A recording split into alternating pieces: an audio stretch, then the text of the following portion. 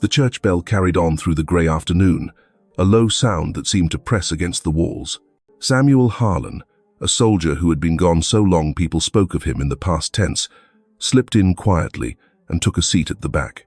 His eyes fixed on the flag-draped coffin and the old photograph resting on top of it. The photograph showed his own face, younger but unmistakably his. No one turned, no one noticed. In that moment it struck him, if a man thought dead walked back into this room, how would this town face the truth? Samuel Harlan stepped down from the old bus, the early autumn wind kicking dust against the frayed cuffs of his worn army pants. The town he thought he knew looked nothing like the place in his memory. He pulled the brim of his cap low and walked slow past the grey wooden houses, his breath mixing with the dry, bitter smell of fallen leaves. In the distance, the church steeple rose against a sky the colour of ash, and when the bell tolled deep and heavy, he froze. That sound had once marked boyhood and the day he marched off to war. Now it felt like a death notice. The church door stood slightly open, pale yellow light spilling out. Samuel set his hand on the cold handle and shivered. Inside, the air was thick with candle wax and old wood. The pews were scarred by years of use, names and scratches carved into their backs. At the front sat a coffin draped with the flag. Samuel stopped dead. He was staring at his own funeral. Resting on the stand above it was a photograph, his younger face, clear eyes, a hard jaw that once carried conviction. Folks here believed he had died long ago. He slipped inside anyway, moved to the last row, and pulled the brim down to cover half his face. Nobody turned, nobody noticed. He was a ghost at the burial of himself. The pastor's voice filled the room, deep and sorrowful. "We gather to honor a son of this town, a soldier who fell in a faraway place." Samuel listened, heart heavy as stone. Part of him wanted to laugh, but his throat locked tight. Beside him, an old woman leaned toward her neighbor and whispered, "Such a shame. He went too soon." The reply came soft but sharp. "At least Anna can finally be at peace now." The words cut him deep. He lowered his head, fingers clenching until the knuckles turned white. The bell sounded again outside the window, each strike like a hammer driving into memory. He saw the jungle rain, the blasts, his brothers falling. He had survived, but he was trapped far from home, and by the time he found his way back, it was too late. They had buried him in their minds. He wanted to stand, to shout that he was alive, but when he saw Anna sitting in the front row, her hair streaked with grey, her shoulders small and drawn in, he stayed still. Silence was a wall he couldn't break. A young man sat beside Anna, tall and thin, a stranger's face but eyes that carried something familiar. It had to be Daniel, the son he had never held. Samuel swallowed hard. For years he had pictured this moment, the day he would return and see his boy. But never like this, not watching him from the shadows at his own funeral. He wondered if Daniel would ever know his father still walked this earth, and if there was any chance left to make things right. The silence pressed heavy until footsteps came from the back. A man stopped near Samuel, giving him a long, sharp look. Suspicion clouded his brow. It was Richard Cole, the old neighbor, the one Samuel had feuded with as a younger man. Richard's gaze lingered too long, mean and prying, as if he was trying to peel away the face hidden beneath that cap. Samuel turned away, chest sinking, the uneasy sense of being exposed crawling through him. The pastor kept speaking. "We release him, but we hold on to what he left behind for his family." The words slid over Samuel like foreign sounds. He sat frozen, an outsider at his own passing. This town had buried him, and now he had to learn how to live with the fact that he still existed. The bell struck once more, long and hollow, across the grey afternoon. Samuel closed his eyes, and when he opened them again, Richard was still staring. That look wouldn't let go. Richard Cole leaned forward, body shifting, his eyes fixed down the last row where Samuel sat, like he was staring at something that should not be in that church. Then Richard rose to his feet, moving toward the aisle, as if he meant to call the whole room to attention. Richard Cole's eyes never left Samuel, sharp and steady like a needle sliding into every corner of his mind. But what shook Samuel more was the coffin itself, set neat on the wooden stand up front, covered by a flag folded with exact edges, the fabric brushing the floor. It stood there like proof, Like a verdict, no one could appeal. He was dead in the eyes of everyone in this town. Above it, an old picture of him as a young recruit rested in a tarnished silver frame, the surface scratched and dull. That image felt like a ghost staring back, as if Samuel was watching another man's life being laid to rest. The pastor's voice rolled on, naming battles, recalling service, painting a soldier's sacrifice. But inside Samuel, the words rang hollow. He remembered clearer than anyone the blood, the mud, the screaming things no ceremony could ever hold. When folks spoke of sacrifice, what came to him was the smoke and the sight of friends collapsing, not any kind of glory. His hand gripped his old service cap, the leather cracked, the stitching worn through, as if letting go of it would cut the last tie keeping him present in this room. Whispers drifted from the pews behind him, some mournful, some pitying, and a few sharp with the old scorn. That man was just too damn stubborn for his own good. Those words were familiar. He'd heard them when he was alive here, and now they circled back, echoing at his own funeral, a sting that sat deep in his chest. He kept his head low, eyes scanning the crowd for a face he knew. Then he saw Anna. Same small frame, but her shoulders had folded in, her hair now silvered and tied back. The woman's face no longer carried the features he remembered when he left. It had turned into the face of time and loss. She sat still, her eyes red but dry, like someone who had already cried herself empty. Beside her was a young man Samuel had never met, yet in one glance he knew the bloodline. That was Daniel, the son he had never held, now grown, sitting through the funeral of his own father. The sight hit Samuel straight in the heart. He felt he belonged nowhere, not in his wife's memory, not in his son's youth, not in this town's life. He had become a name carved in stone, a faded picture in a frame, a coffin that held nothing. From the last row, he felt like a stranger watching another version of his life being honored in his place. In that moment, the war came rushing back. He remembered the last day in that faraway jungle, when he was wounded, when men around him went down, when his record ended with the word, missing. He drifted through makeshift hospitals, running from both enemies and memories, and for a while he believed part of him had died too. Coming back now only made it clear. The town had carried on without him. His family had learned to live in the gap he left. That coffin was proof Samuel Harlan had been gone to them for a long time. Richard sat a few rows up, still staring, pinning Samuel in place with that look. Samuel felt the weight of it. His silence wasn't going to last. Someone would stand, point, call his name, but he stayed frozen. His eyes slipped back to the faded photograph, as if it belonged to a stranger. Daniel sat with his head down, hands clenched into fists. Samuel watched him, wondering what his boy thought of the father who had fallen. Was there pride there, or only distance? He longed to reach out, to lay a hand on the young man's shoulder, but the stretch of pews between them felt like a trench he could never cross. And if he did, all the fragile life they had built without him would come crashing down. The church fell into a pause as the pastor closed his prayer. Every eye turned to the coffin draped in the flag. Samuel kept his gaze on the photo, staring at his own faded face. He sat there like a ghost, threaded among the living. His heart pounded fast, but his body stayed locked, heavy and cold. Wind hissed through the cracks in the door, carrying the smell of wood smoke from some chimney, but it only felt sharp and icy. He searched for some sign that his life still mattered here, but there was none.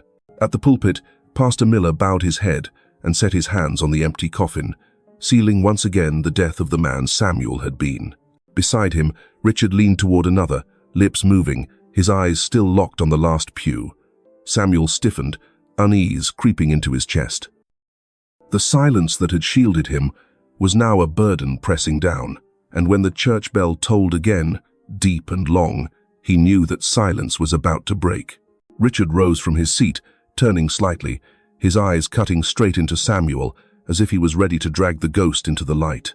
Samuel tried to keep his eyes from drifting toward the front row, but no matter how he fought it, he couldn't stop himself. His gaze landed on Anna.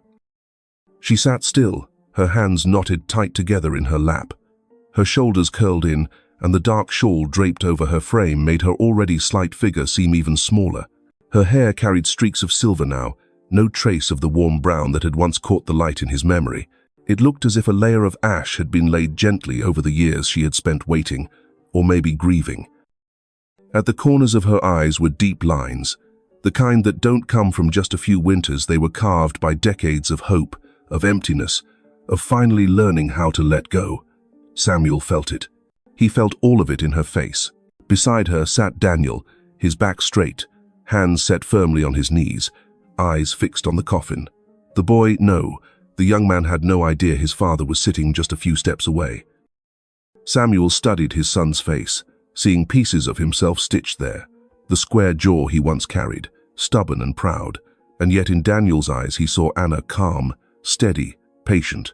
Samuel wondered how his boy had grown, what winters he had weathered without a father's hand on his shoulder. In his chest rose a fierce longing, one so strong it nearly drove him to stand. He wanted to reach forward, to touch his son's arm, to whisper a single word, "I'm here." But his body wouldn't move. It felt nailed to the bench. The space between the pews became a trench, invisible but deep. One step across, and the whole world could come crashing down. From where he sat, Samuel could see the forced calm on Anna's face. It wasn't peace. Not really. It was the kind of stillness that comes when a person has lost too much and had to learn how to live with the emptiness. If he showed himself now, would she see it as a miracle? Or would she see a ghost tearing apart the fragile life she had built out of pain and survival? He wanted to believe his return could be a blessing, but deep inside, guilt told him otherwise. His mind dragged him back to a memory, his last letter, written in a rough shack overseas. He had written to Anna, promising to return, promising he'd be there to welcome their child, promising to make up for every lost moment. But then the explosions came, papers scattered, and he ended up drifting through field hospitals, his name scratched off the rolls of the living. He never sent that letter. Now, looking at Anna, he felt the weight of those broken promises. They had turned into the very distance he could not cross. The church air grew heavy, as if every sound had been pulled into the coffin draped with the flag. Samuel could hear his own breathing, ragged and slow, mixing with the faint crackle of the candles.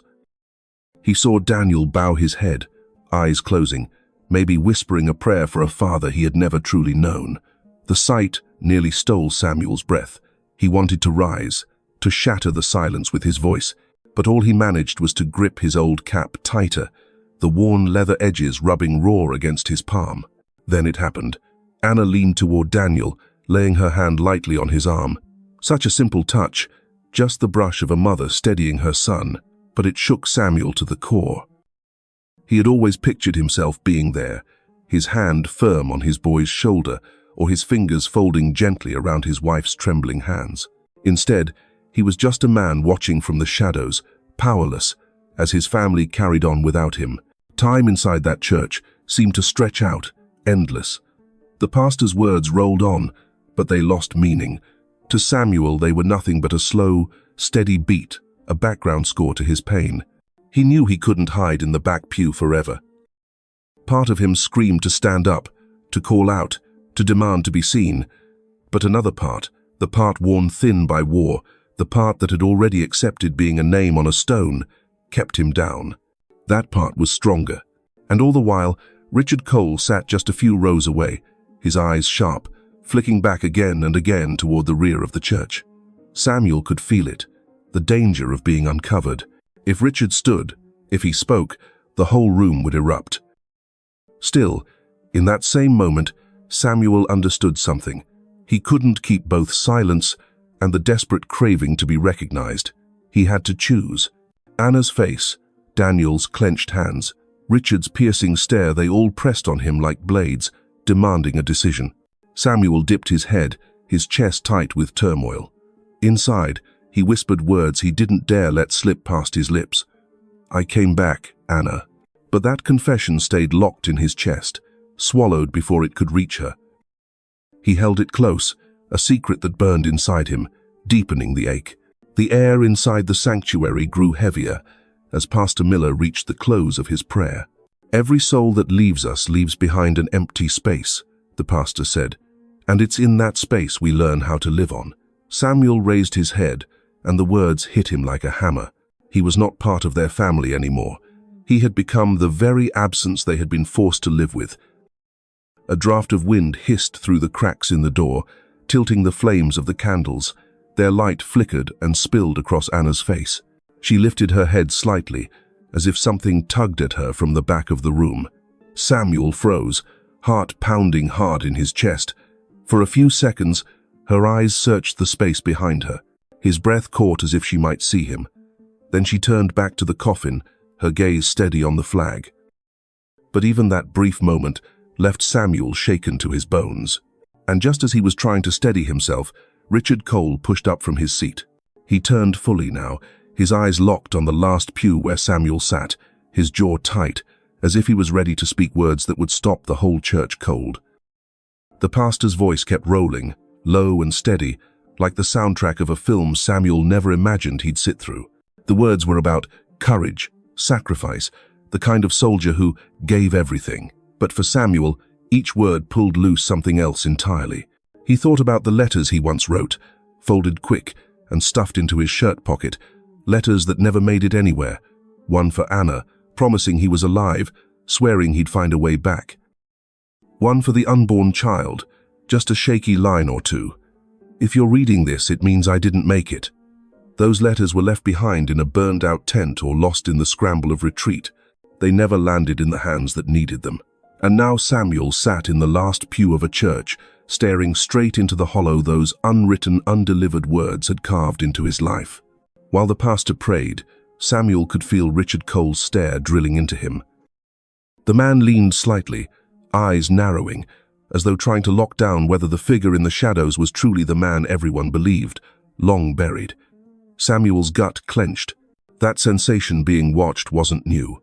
It yanked him back to the jungle, nights when he and his squad slipped through vines and mud, every step heavy with suspicion. Somewhere out there, you knew someone had a rifle sight lined up. The smallest crack of a twig, and your heart jammed in your throat. And now, sitting in a quiet church back home, that same pulse of fear came back sharp enough to break a sweat across his brow. He kept his head down, eyes on the cap resting on his knees. His fingers worried the frayed stitches, running them again and again, trying to stay grounded. But the longer he sat still, the stronger the feeling grew, Richard knew. Samuel knew that man. He remembered the neighbor, remembered the grudge carried all those years. Richard never trusted him, not when they were young, not when Samuel first wore the uniform, and certainly not now. If anyone in this room had the bitterness, the appetite, to blow his cover, it was him. And when Richard leaned, lips moving toward the ear of the man beside him, Samuel's heartbeat thundered like the war drums that once drove men out of foxholes. He shut his eyes, and the ambush came back. One night on the borderlands, when their unit had been followed. A set of faint tracks in the mud gave it away, prints that weren't theirs. A buddy had whispered, "We're being hunted." Minutes later, the air split open with gunfire, flashbursts tearing the dark. Men dropped. The kind of night you survive, but you don't leave behind. Ever since, suspicion stuck to him like his own shadow. Tonight in that church, all it took was the twitch of Richard's mouth to send him back there sitting in the trench, braced for the shot you can't see coming. The pastor dropped his tone, drawing out the phrase, "a hero of this town," and everyone in the sanctuary bowed their heads. Everyone but Samuel. He stayed quiet, but his eyes drifted forward, to Anna and Daniel. Anna tilted her head slightly, as though tempted to rest it on her son's shoulder. Daniel stayed stiff, his face tight, probably choking back, feelings too tangled to name. Samuel wanted to move. His chest begged him to. But his feet were rooted in the cold wood floor, weighted down not just by fear but by the lock of Richard's gaze. Richard shifted again, tapping his hand lightly against the pew rail. It was a habit Samuel remembered from years back, a nervous tick. That tiny gesture told him what he didn't want to admit. Everything could unravel with one word. If Richard spoke, the whole funeral would spin into chaos. Folks would whip around, eyes wide, gasping at the sight of a dead man walking. Then what? Anna's carefully built survival would crack. Daniel's world, already shaky, would buckle.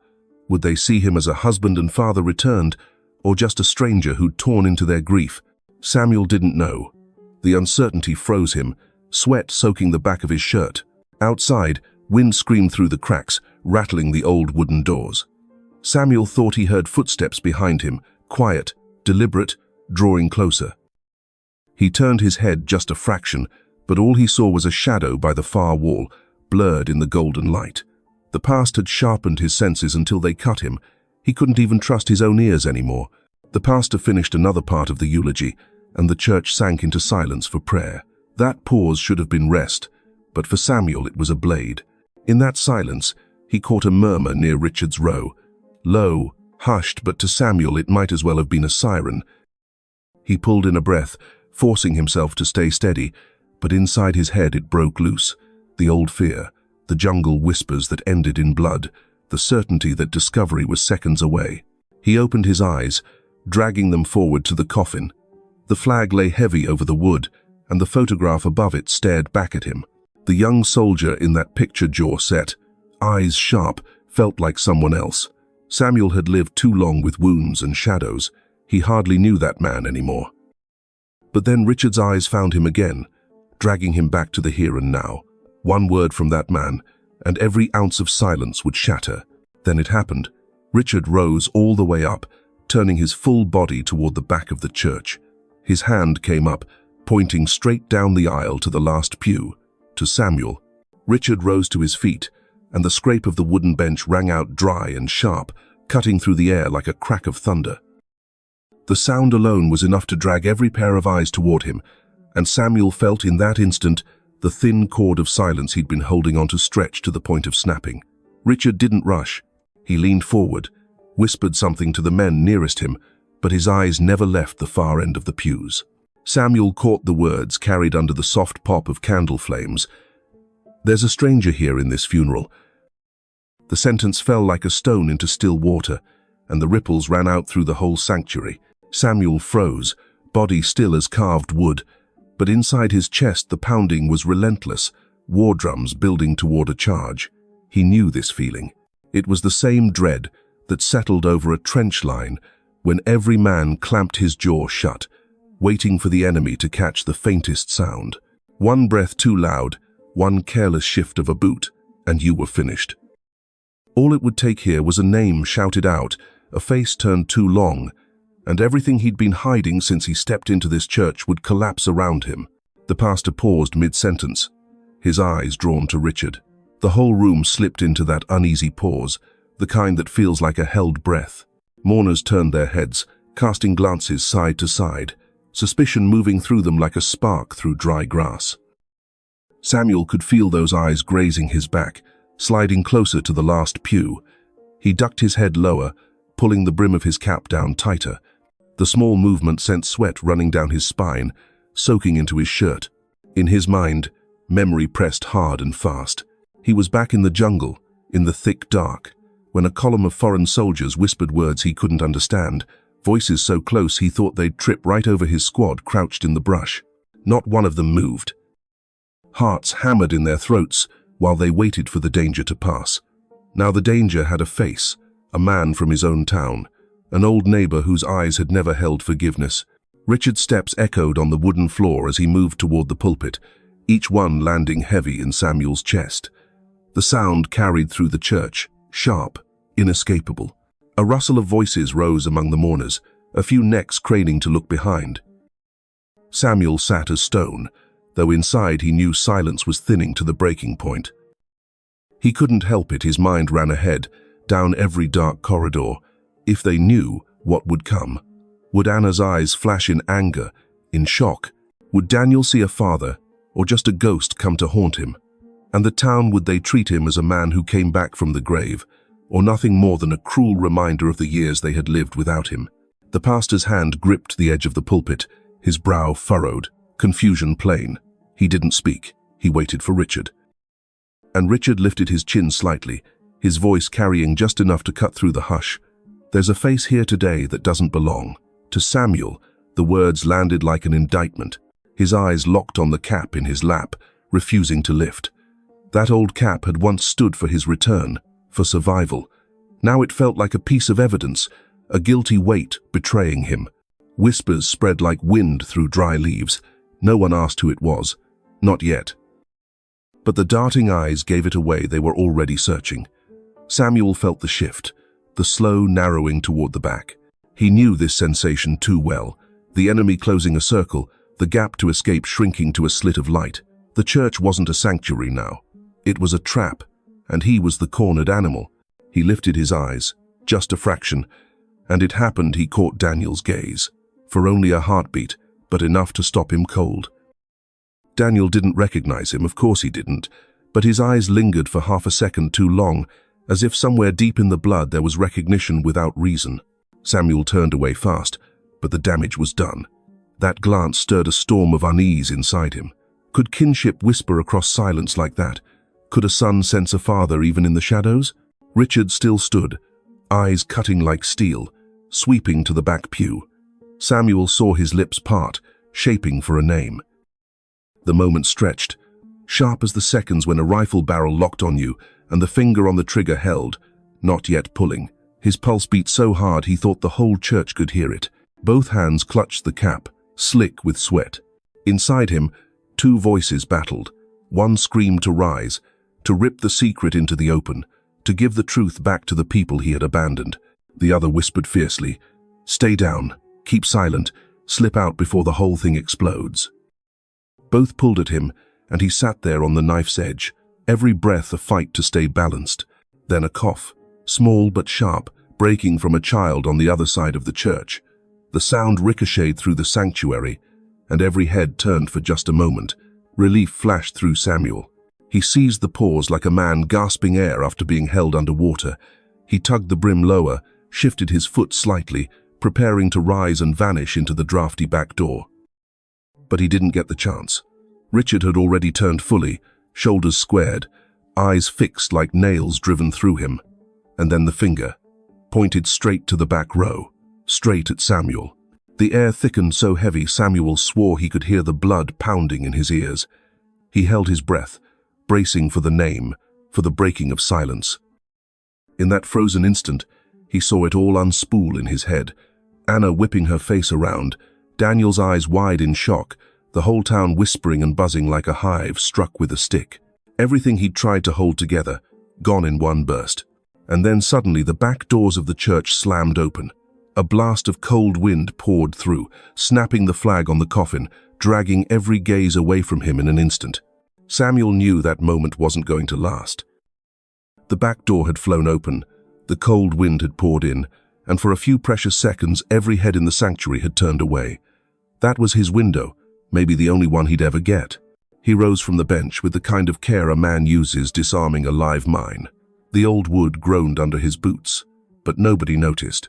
Or if they did, the surprise of that gust of air held their attention long enough. He slipped out of the pew, shoulders drawn in tight, sliding down the narrow aisle that led toward the rear. Each step felt like climbing out of a trench, not knowing if the open ground ahead meant freedom or a bullet in the back. When his hand found the iron handle of the door, his heart was pounding hard, but he never looked back. The door swung out, and the church bell gave another long toll, echoing behind him like a farewell that carried more weight than blessing. Samuel stepped outside, and the rain came down on him all at once, heavy and cold. It soaked his old coat in seconds, stung against his skin, plastered his hair against his forehead. He didn't rush. For a moment he stood there, letting it wash over him, as though the downpour could scour off the years of dirt and memory that clung like a second hide. Then he pulled his shoulders in, bent a little against the storm, and walked forward, his figure swallowed by the grey of the sky. In his own eyes, he wasn't a husband returning, or a father stepping back into his family's life. He was a knife cutting open wounds that had already scabbed over. His silence, his absence, seemed like the only way left to keep them from bleeding all over again. The dirt path behind the church was empty, rain hammering down into scattered puddles that gleamed in the dull light. Samuel walked straight into it, the sound of the rain, his only company, each splash of water a dull drumbeat. His thoughts dragged heavy. He remembered the marches through the borderlands, storms that felt endless, mud up to his calves, men dropping around him, the smell of blood and cordite heavy in the air. Those storms had carried the weight of death. This one was just weather, but it pressed down on him all the same, heavy as a stone slab laid across his chest. He felt himself again, as he had back then. The survivor left over when everyone else was gone, the man trailing behind with no platoon, no brother beside him, no home waiting at the end. After some distance he stopped and turned his head back. Through the curtain of rain he saw the faint square of light spilling from the church doorway. It was weak, a flickering yellow lantern against the storm, but it called to him anyway. And in that moment he thought he saw Daniel lift his head inside, his gaze drifting vaguely toward the rear. There was no way his boy could see him through all this water and shadow, but Samuel felt it like contact all the same, the pull of blood. His chest tightened, his hand clenched the brim of his cap, and for a second he almost gave in. Then he forced himself to turn away. Not tonight, not like this. He pressed on, boots sucking into the mud, each step heavier than the last. At the next narrow alley he ducked in, finding what cover he could under a sagging roof. The wood was rotting, the shingles barely holding back the rain, but it was enough to pause. He leaned his back against the wall and blew out a breath. Silence used to mean safety. Out there in the field, silence meant you were hidden, still alive. Now it felt like a hole opening beneath him, pulling him deeper into emptiness. The rain hammered the rusted tin above, 1,000 sharp taps that sounded like footsteps coming fast. He couldn't help but remember every chase, every desperate run through unfamiliar towns, bullets sometimes closer than shadows. Back then he kept himself alive with one thought, that he'd make it back home. But now that he was here, he couldn't find where home was anymore. His hand went up to his chest, the spot where he used to keep a small photo of Anna folded into his pocket. That picture had been lost, same as the letters, left behind in a scramble that burned half his things away. But he remembered it with cruel clarity, the brightness in her eyes, the trust in her smile. Standing there under a half-rotted awning, he knew that smile had been replaced by the hollow stare of the woman who sat today at her husband's funeral. His funeral. The helplessness rose up so strong it made him shut his eyes and let the cold rain pelt his face until he couldn't feel it anymore. Dusk pulled down fast, the light fading, street lamps buzzing to life one by one. Their glow stretched weak gold onto the slick pavement. Samuel pushed off from the wall and let his feet carry him further, though he had no direction in mind. The town hadn't moved, but it had shifted into something he barely recognized. People had gone on, rebuilt their lives on the gap where he used to stand, and he coming back now, at this hour, he was nothing but disruption. A ghost, rattling chains in a house where folks had learned to sleep without him. That thought locked itself inside him. If he wanted Anna and Daniel safe, then he had to vanish again. Disappear until he was sure his presence wouldn't do more harm than good. He came to a corner where the warm light of a diner spilled out onto the wet sidewalk. Laughter drifted out, faint but clear, clinking plates, voices tangled in easy talk. He stopped outside, listening, staring through the rain-blurred glass. The life in there cut against the hollow inside him. He stood long enough to feel it tug at him, then he turned his back. He wasn't ready for that, not ready to be among the living who belonged here, for now the dark was the only cover he could claim. The streets narrowed into the older part of town, the block where his own house sat, though to call it his anymore felt wrong. He turned that way anyway. The house rose in his memory before it rose in his eyes. A lit kitchen, Anna's laugh, the sweet smell of bread pulled from the oven. All of it dissolved the day he left, leaving walls colder than stone. Whatever stood there now was just a shell. He knew it. But still his steps carried him closer. Memory pulled tighter than reason. His hand clamped harder around the cap, leather slick under his fingers. He lifted his face to the sky, black as coal now, rain still hammering down. He drew in a long, hard breath. Then he let himself walk, straight into the storm, letting his shadow stretch thin across the empty streets. And as he neared the corner that led to the block where his old house waited, he caught sight of it, another figure, tall, lean, standing fixed under a street lamp, framed in the rain. Not moving, not leaving, waiting. Night had already settled in by the time Samuel reached the old house at the end of the narrow lane. The wooden gate leaned to one side, its paint peeling in long strips, like the rusted armor of an old soldier left to rot. He stopped there for a few seconds, his hand pressed against the cold wood, caught between a feeling of homecoming and estrangement. Once, this had been shelter, a place that rang with laughter, with footsteps rushing across the floor, with the pulse of a family life he had lost. Now, standing in front of it again, all he could see was an empty shell, cold and hollow, as if his own body after years of wandering had taken shape in wood and stone. The front door was half shut. The hinges shrieked when he pushed it open, a sound brittle and raw. Darkness filled the inside, broken only by streaks of pale moonlight slipping through cracks in the roof. Dust lay thick on the table. One chair sat broken-legged in the corner, the walls veined with cracks running long like dead arteries. Samuel stepped in slowly, his boots pressing the floor until it groaned, a sound that once would have meant the end of a workday. Anna opening the door with a smile. Now it was just memory, empty echoes that belonged to another man. His hand reached the wall by the staircase, fingers brushing across carvings that had faded under dust. S+A. The letters were still there, clumsy scratches of a time when two young people had moved in with nothing but love and the faith they'd walk the rest of life together. His mind replayed Anna's laugh, high and alive, and the sound of a child they never got to hold. The house had turned into a cemetery of memory, burying a life he had failed to keep. He dropped down onto a rotting chair by the window, the cap tight in his hands. He had come back, yes, but there was nothing to come back to. Anna had carried her years alone. Daniel had grown tall without a father. The house that once stood as a promise was now only a reminder of decay. In the dark, Samuel felt himself dangling between two worlds, one already dead, the other moving on without him. Rain still fell outside, tapping steady on the roof, its rhythm dull and mournful. He remembered the nights abroad, crouched under canvas, writing letters by the light of a single lamp, words that never crossed the sea. In the last one, he had written that he'd return, that he would walk through this very door, set his hand against the wall where their names were carved. He had managed that tonight, but instead of joy, he felt nothing but emptiness, as though every promise had turned sour in his mouth. He stood and walked down the dark hall. The bedroom door sat shut. When he opened it, dust exploded into the air, and the iron frame of the bed stared back at him, rusted and bare.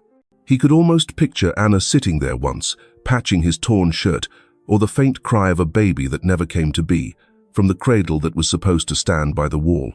His imagination painted the room into a canvas of regret, each corner whispering of the life they had been denied. Then sound, from outside. Footsteps, slow, careful, pressing against wet wood. They stopped on the porch. Samuel froze, heart hammering hard enough to shake him. The darkness outside was heavy, but the weak spill of the street lamp caught a figure, tall, thin, still. The figure didn't knock, didn't enter. It just stood there, waiting. Samuel's instincts clawed awake. He shifted back a step, blood rushing to his temples. His chest tightened the way it used to on nights when ambushes pressed in, when he could feel the enemy in the trees before the first shot cracked. He stayed motionless, eyes locked on the slim band of light at the edge of the door. The air thickened, heavy with waiting. All he could hear was his own heartbeat and the endless rain. Questions swarmed. Was it Richard, tracking him down after the service, ready to unmask him? Was it some old neighbor, happening by at the wrong time? Or worse, was it Daniel, driven by some strange pull, some whisper of blood that had led him here? That thought hit the deepest, tugging both longing and terror. The figure outside never moved. Samuel pressed his back against the wall, gaze fixed on that narrow line of light. He knew he couldn't stay hidden forever. The dark had sheltered him in the church, but now, in his own house, truth itself was at the door. And then it came a knock, soft, but sharp enough to cut the silence, 3 times, slow, measured, a rhythm like a signal from the past, one Samuel never thought he'd hear again. Samuel stood still in the shadows of the old house when the knock came. The wooden door rattled softly under it, and then Richard Cole appeared under the sagging porch roof, a bottle of cheap whiskey in his hand, the cap already off. His face showed every year he'd lived, but his eyes carried the same sharp edge Samuel had known since boyhood, the same mocking spark that had haunted him long before the war. Richard lifted the bottle in a gesture that wasn't friendly, more like a dare, and said flat, almost casual, "What the hell did you come back for?" Folks here were doing just fine, thinking you were dead." The words fell heavy, lodging in Samuel's chest like stray shrapnel, sharp enough to hurt. Samuel didn't answer right away. He stared at the man standing there, seeing not only a neighbor but also the shadow of every grudge the town still carried against him. Richard settled onto the step, set the bottle down beside him, and tilted back for a swallow. Then came a dry laugh, cut short, rough, and it carved into the silence like a blade. Samuel lowered himself onto the opposite step, sitting across from the man, so close they could have touched knees, yet the distance between them was greater than the years he'd lost in war. Rain tapped steady on the porch roof, dripping onto the dirt below. Samuel held his cap in both hands, working the worn leather brim with his fingers, steadying himself the way he used to on patrol. He could feel the anger building in him, but he kept it in check. He had learned that lesson the hard way on a battlefield. You let anger take over, and you didn't live to regret it. But here, facing Richard, the restraint felt like it was tearing him apart inside. Richard slid the bottle across the step toward him, more of a provocation than an offer. Samuel shook his head, his eyes fixed on the rain pouring just beyond the edge of the roof. Storms came back to him, nights overseas when he and his unit had huddled under tarps, passing a canteen that was already bone dry. That kind of thirst was for survival. This bottle here, it wasn't to save anybody. It was just a tool to dig deeper into bitterness. The air thickened. Richard spoke again, his words thick with liquor, but sharp. They buried you in their memories. Now you come dragging yourself back. And for what? To make him grieve all over again? Samuel swallowed hard. The blow landed where it hurt most. Richard had never liked him, but that didn't make the words false. His return hadn't brought peace. It had torn open the scar tissue, left wounds raw again. They sat in the hush that followed, the rain filling the silence. Samuel felt caught between two sets of ghosts, his comrades calling out to each other before they fell, and Anna's hollow eyes at the funeral. He wanted to shout at Richard, to tell him he had no idea what survival cost, that dying would have been easier. But the words stayed locked in his chest, his breath coming sharp and uneven instead. Richard raised the bottle again, took another swallow, and bent forward with a sly grin. "You know, all those years I told Anna, you weren't coming back. Hell, I hoped you wouldn't, because if you did, everything would fall apart. And guess what? I was right." Samuel's head turned sharply, eyes flashing. The anger lit in him fast, like a fuse. He wanted to demand why, to drag out every truth Richard had buried, but his throat tightened, and all he managed was the sound of breath pushing hard through his nose. The words sliced through the last threads of hope that maybe, just maybe, he had done right by showing his face again. The rain came harder, beating on the porch, running down in sheets. Samuel bent, picked up a small stone, rolled it between his fingers. The motion steadied him. He remembered nights in the trench, working a pebble through his hand to keep sane while the groans of dying men filled the dark. Tonight, the same motion kept him from breaking open in front of Richard, but his silence, meant as control, only seemed to make Richard bolder. Leaning against a porch post, eyes half shut, Richard let his voice cut in low and sharp. "Maybe you ought to disappear again. This time, don't come back. This town doesn't need you." Samuel drew a breath deep and heavy, his chest tight. He knew the words weren't just Richard's. They carried the weight of a whole community that had long since taught itself to live without him, a chorus that didn't want its grief disturbed. He closed his eyes for a moment. Daniel's face came to him, the look in his eyes at the church, strange, distant, but still reaching somewhere inside Samuel. That look was the only reason he was still sitting here, taking Richard's poison, instead of walking out into the dark to vanish again. It told him he couldn't go, not this time, no matter how much the town wanted it. The two men stayed under the porch, saying nothing more. The bottle sat between them, half empty, rain falling like nails on tin. Samuel felt it deep. This wasn't just another argument with an old neighbor. This was the beginning of a reckoning, one that had been waiting too long. Out on the street, water pooled in black puddles. Headlights flickered once, then went out. Samuel's eyes caught a shadow, a figure standing out there, tall, unmoving under the distant lamp. It didn't step forward, didn't leave. It only waited. Another silence dropped, heavier than the rain, and Samuel knew something was coming closer. Something he couldn't walk away from. The rain kept falling, thick and relentless, beating down on the rotten porch roof like it meant to wash the whole thing into the ground. Richard leaned back against the post, the whiskey slurring his words but sharpening his eyes. That liquor hadn't dulled him, it had stirred up everything he'd been holding down. Samuel sat still, his hands trembling on the brim of his cap, trying to hold himself together.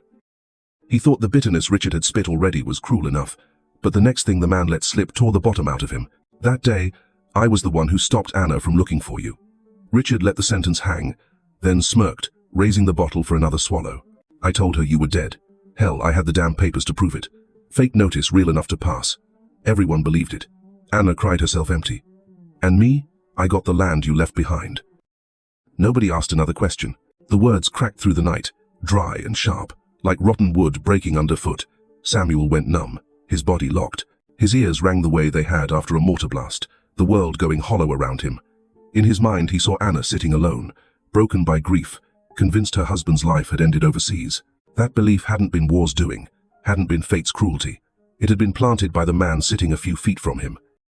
Rage surged up in him, hot, burning, choking him from the inside. He wanted to move, to grab Richard by the collar, to slam him against the wall, to scream into his face about the years stolen from him. But his hands shook too much, heavy as stone. This fight had no rifles, no trenches, but the truth Richard had just dropped was sharper than any bullet he'd ever taken. He thought of the letters he never sent, of the night in a jungle shack, when he scrawled promises to come back, to stand beside his wife, to hold his child. All of it had crumbled into lies, not just because he'd been trapped across the world, but because Anna had been forced to believe he was gone. Richard tilted his head back and let out another rough laugh, but there was no humor in it. It sounded like a dare, like he was trying to drag Samuel into the pit with him. Samuel stayed silent. He stared into the dark just past the porch, his heart slamming against his ribs. Each beat hurt, each breath felt ragged, as though he was still sprinting across a battlefield. He thought of Daniel's eyes in the church, the way the boy had looked uncertain but drawn, as though something in him already recognized the truth. If his son learned this, if he knew his mother's grief had been carved out by a lie, would he forgive? Samuel's chest squeezed tight at the thought. He'd carried loss from war, but betrayal from a man he'd once known, here in his own town, was a wound he hadn't prepared to take. The rain hammered harder, rattling the porch like it might cave in. Samuel sucked in a long breath, forcing the fire in him down. He knew if he let it break loose, it'd end here and now, with one body on the ground and a past that could never be salvaged. He couldn't risk that, not with Anna and Daniel so close. They had seen enough of death. But the weight of holding it back was crushing. His fingers tore at the old cap, leather peeling under his grip, but he still didn't let go. Across from him, Richard studied him, lips curling, eyes mean. He had no idea that his confession had cut deeper than any blade. Samuel bowed his head, but his eyes glowed with something fierce. The war wasn't out there anymore. It was here, in the ruins of his home. And the enemy wasn't foreign. It was a neighbor, a man he'd once known, who had stolen years with a forged paper and a lie. Then it happened. Across the street, Anna's window lit up. Yellow light poured out through the rain, stretching across the road until it touched the two men hunched under the porch. Samuel stiffened, a sharp pain twisting through his chest. He could see it in his head. Anna stepping to the window, pulling back the curtain, her eyes searching the night. She might see him. She might recognize him. The thought stopped his breath.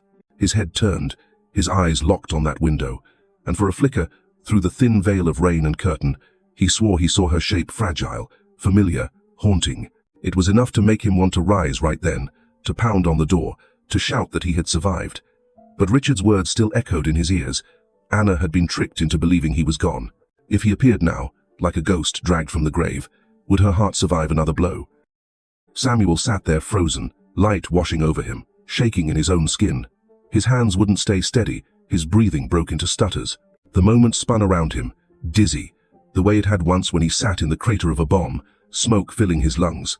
Only this time there was no blast, only silence so tight it pressed on his bones. Richard looked toward the window too, lips curling upward. He knew what he had done.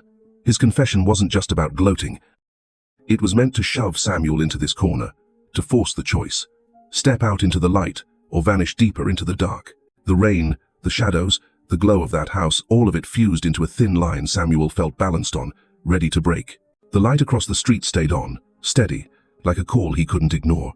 His throat worked, swallowing hard, his heart pounding mercilessly. Then, just as he thought he couldn't hold it together, a smaller shape appeared in the glow of that window. A figure standing still, framed by the glass, as though staring right across the rain at him sitting on the porch. Samuel stepped out from the porch, leaving behind Richard with his bottle, his stench of liquor, and that confession that cut like a knife still lodged deep in his chest. He walked slow through the flooded street, the rain easing into a mist, but the air still thick with the smell of wet earth. The streetlights cast a weak yellow glow that stretched his shadow long and thin across the pavement, his frame bent, his back stooped, as if every mile of absence pressed down on him at once. His heart beat uneven, pulled in two directions, one part urging him forward, the other locking him in fear. But his feet carried him, steady as they could, until he found himself at the fence of the house he knew better than any place in the world, the window spilling its soft glow out into the dark. He stopped at the fence, fingers clutching the wood, eyes fixed on the frame of light. Inside, Anna sat at the window, her body still, her hands resting on the sill. The lamp lit the silver in her hair, the strands catching light where there had once been chestnut brown. She wasn't crying, she wasn't smiling. She just stared out into the night, as if waiting for something that might never come. Samuel's grip tightened on the fence, his hand shaking. The urge rose in him like a wave knock on the door. Step inside, say it plain, I'm alive. This isn't over. But the weight of years, and Richard's poisonous words, pulled him back down. Slowly, Samuel lifted the old cap from his hand. The leather brim was split, the color faded to near nothing, but to him it carried every step, every fight, every near death that had led him here. He hooked it carefully on the fence post, his hands moving as if laying down a message that needed no words. It was the only way he knew to tell Anna that he had returned, that he was near, without shattering the fragile calm she'd built. That simple act eased something inside him. For the first time since stepping off the bus into this town, a small space opened in his chest where breath could move without pain.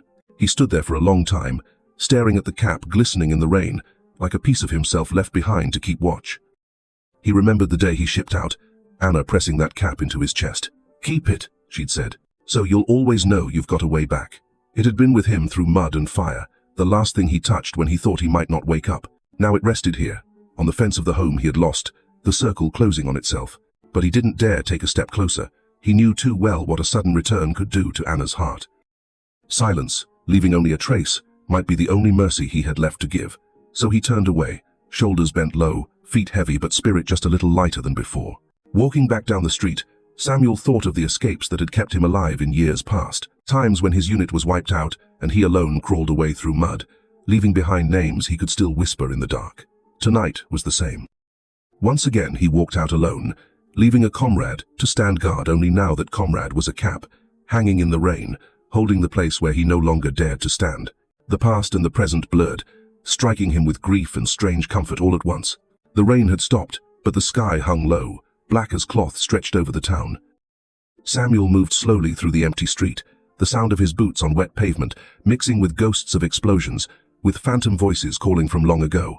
He knew now that the war would never leave him. It lived in his lungs, in the tightness of his chest, in the twitch of his hands. And the only tether still tying him to the living world was that family just across the street, Anna and Daniel, close enough to reach but farther than any battlefield.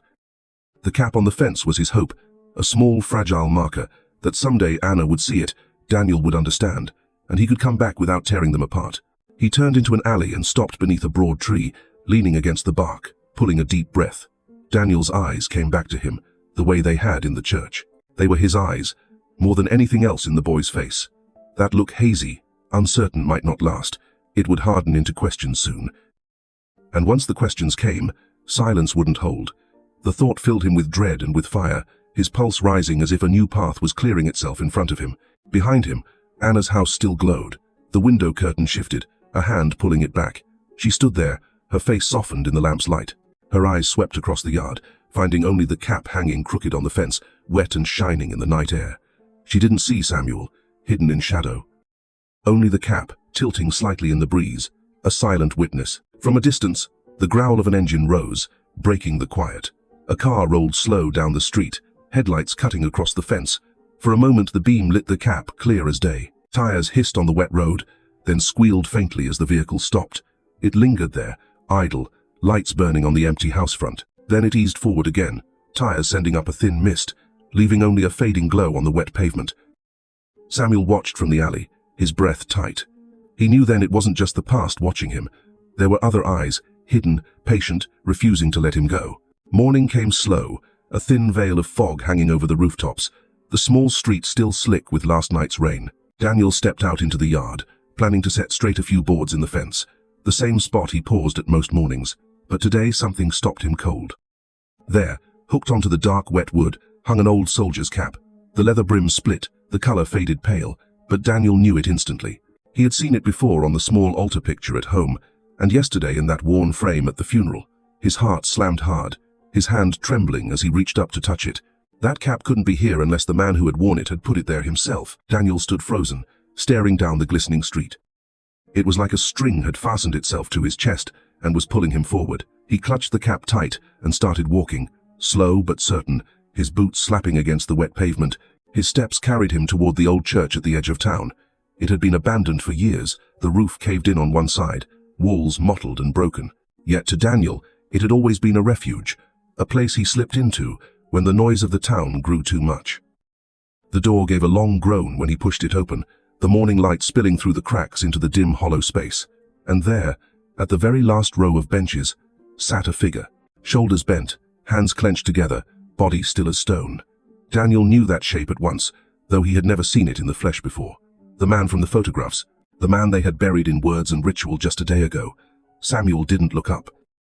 He sat bowed, as if afraid that raising his eyes would break the fragile truth sitting in that moment. Daniel's steps echoed on the warped boards, each creak pulling Samuel higher out of his silence. At last the older man lifted his head.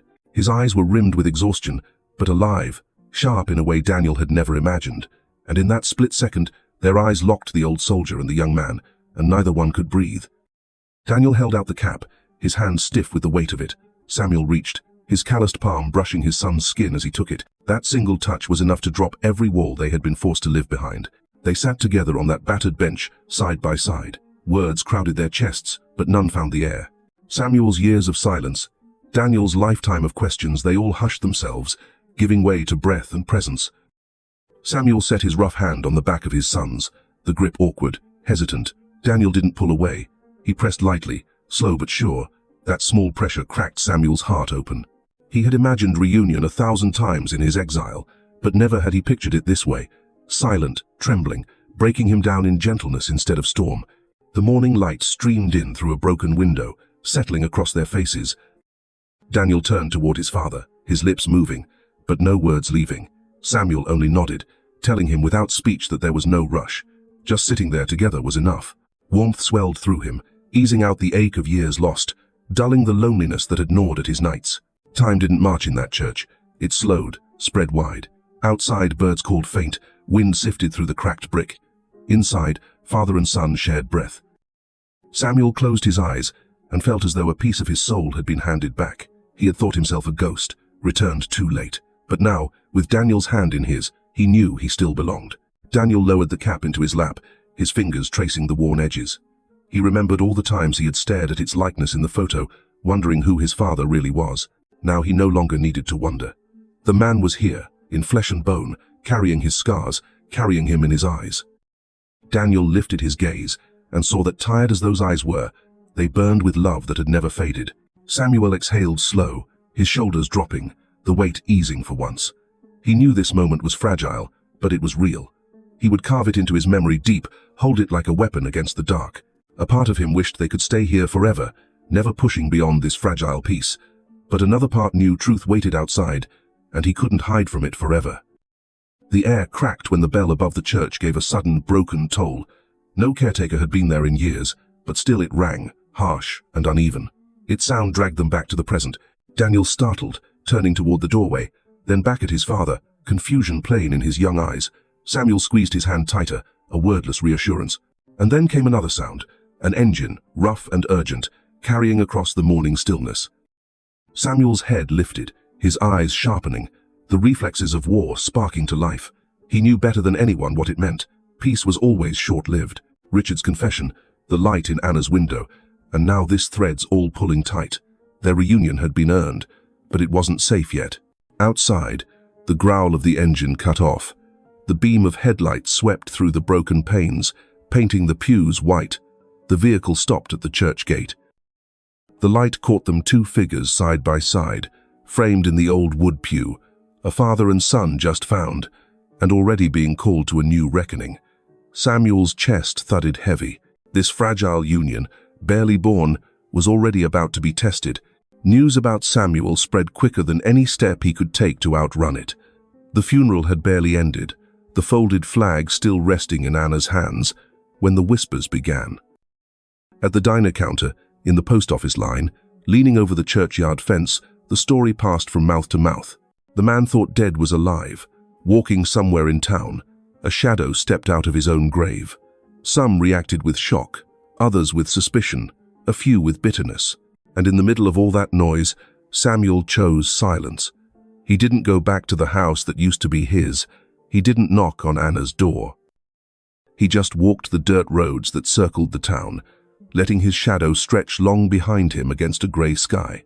His steps were slow, measured like the beats of a prayer he couldn't quite form. He remembered roads he'd marched in uniform, forks that swallowed friends whole, mornings when he woke, not knowing if it was still the same day. And now, here he was on this quiet town road, carrying the same unease. Each footfall stirred the same question. Did he have any place left to call home? Behind him, Daniel followed. The distance between them wasn't long, but it wasn't close either. Samuel could feel his son's breath steady in the morning fog, like the low thump of a drum. That space wide enough to ache, close enough to comfort, was all Samuel had. At least Daniel hadn't turned back. At least the boy had chosen to follow. Samuel didn't dare look over his shoulder, but he let the presence press against his back like the faint warmth of a small fire. The town stirred as they passed. A dog barked from behind a yard. A window slid shut when Samuel's boots hit the gravel. He understood. To most here, he wasn't kin, wasn't a neighbor. He was a question without an answer. A man come back from death never brought peace with him. He bowed his head lower and kept moving, his palm brushing an old fence as he passed, the rough wood grounding him, telling him he was still flesh, still here. Daniel kept pace, the weight of years pressing questions down his throat. He'd grown up with a hollow where a father should have been. He'd asked his mother, he'd asked himself, he'd built answers out of imagination. Now that emptiness walked in front of him, its shoulders hunched and grey.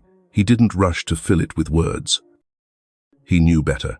Some gaps could only be filled with time's slow hand. At the crossroads, Samuel stopped. He lifted his head toward the church, where suddenly the bell rang again. Its tone was cracked, broken, but still carried over the rooftops like a voice calling from beneath the ground. Samuel closed his eyes, drawing a breath deep enough to let the sound hammer against his chest.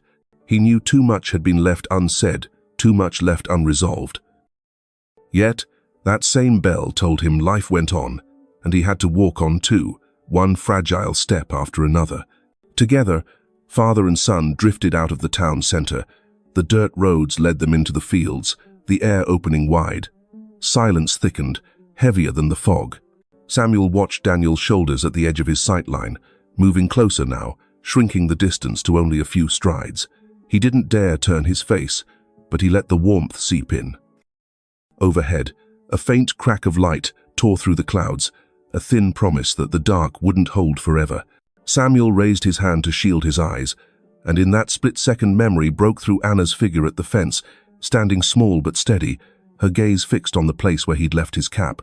He knew sooner or later she would step out, would see him, would face the truth that the man she had mourned still breathed. The thought scared him to his bones, but it planted a tiny root of hope all the same. The wind swept across the fields, carrying the smell of wet grass. Samuel bent down, picked up a dry branch, snapped it in his hand. The brittle sound cracked the quiet, a reminder that once broken, things never go back. But they could still become part of something else, folded into the ground, feeding what grew after. He stared at the endless dirt road ahead, his chest loosening at last. Daniel edged closer, his hand brushing his father's arm. No words, none needed. Samuel felt the connection as sharp as if it had been spoken. In that silence, he felt something inside him mend, small, imperfect, but enough to stand upright for one more day. They kept walking. The church bell rang once more, carrying father this time. It wasn't only a toll for what had passed, it was a call toward what waited ahead. Samuel paused, turned his head back toward town. In the distance he saw people gathering at the church door, pointing, whispering, and among them, a shape pushed through, familiar even from far off. Hair silvered, shoulders drawn but unbending, moving step by step into the open air. Samuel froze, his eyes widening. Daniel stopped too, watching his father's face, then following his gaze. Together they looked back at the town, at the figure pressing forward, bringing with it every unanswered question. The wind rose, carrying the bell's echo back across the fields. And in that moment Samuel felt it all, the fear, the hope, the truth he couldn't escape. Another reckoning was coming, one he couldn't walk away from. This time, he knew there would be no retreat. The story of Samuel shows us that sometimes the hardest battles aren't fought overseas, but in the silence and distance inside our own families. A soldier may come home carrying wounds, but truth and kinship can still be the strongest medicine for healing. For those of us standing at midlife, the lesson is simple but heavy. It is never too late to reach for a hand, even if the only words spoken are silence. Presence itself, fragile as it may be, can patch the deepest cracks. And often what remains is not an explanation, but the courage to take one more step toward each other. After all the years and losses, Samuel still found a narrow path back, not with speeches or grand gestures, but with an old cap, a quiet glance, and the tremble of one hand holding another. His story reminds us that healing doesn't always arrive in the big moments. It comes in the small ones, in patience, in simple acts of honesty. A soldier doesn't need to come home perfect, only decent enough to stand with the family that's still there. And in that silence, each of us can recognize some part of our own lives, the absences, the fractures, and the little strands of hope that survive in spite of everything. If you've ever lived through a moment that felt late but still in time, share it in the comments. Your story might be the cap someone else needs to find their own way back.